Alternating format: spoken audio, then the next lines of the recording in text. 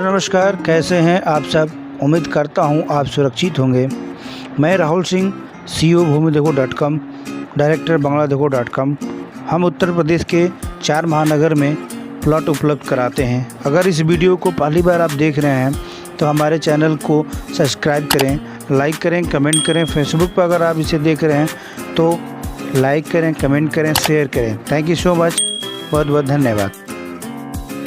आज हम बात कर रहे हैं कि प्रॉपर्टी में कैसे काम करने को लेकर या किसी तरह की कैसे तैयारी करें। जैसे जमीन ले रहे हैं तो उसकी क्या वैल्यू होनी चाहिए, जमीन अगर कौन सी जमीन कैसे लेनी चाहिए।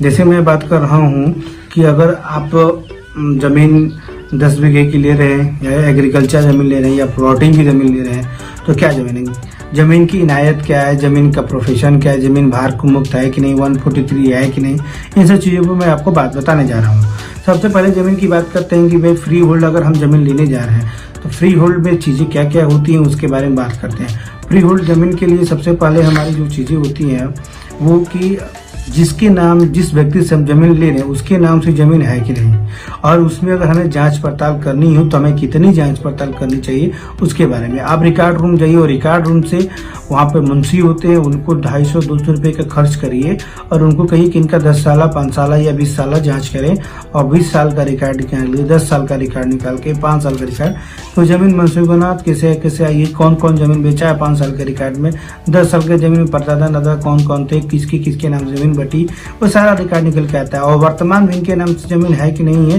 तो ये यहाँ पे बचे।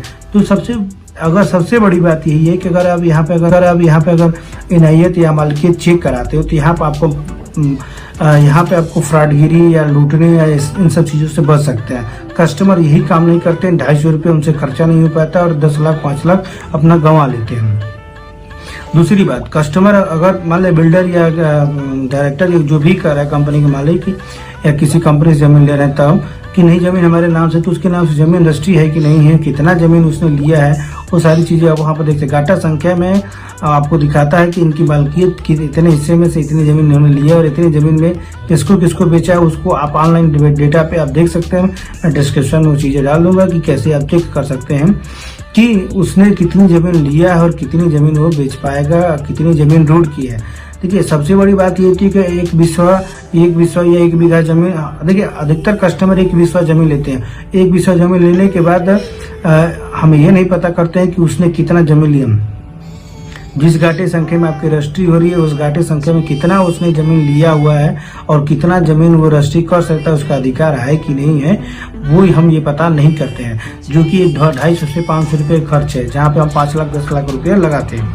तो सबसे पहले ये हमें पता करना चाहिए कि वहाँ पे जो जमीन जिस घाटे में संख्या में हमारी रजिस्ट्री हो रही है वो रजिस्ट्री में हमें रजिस्ट्री करने का अधिकार है कि नहीं है। अगर उसने 1 बीघा की जमीन लिया हुआ है तो 18 बिस्वा ही प्लाटिंग होता है, 4 बिस्वा रोड में जाती है। अगर 18 बिस्वा ऑलरेडी रजिस्ट्री हो चुका है, यानी 18 लोगों का नाम चढ़ा हुआ है या 18 लोगों की रजिस्ट्री हो गई है, अगर पता चल रहा है तो 4 बिस्वा बचा है तो 4 बिस्वा वो रोड में जाएगा।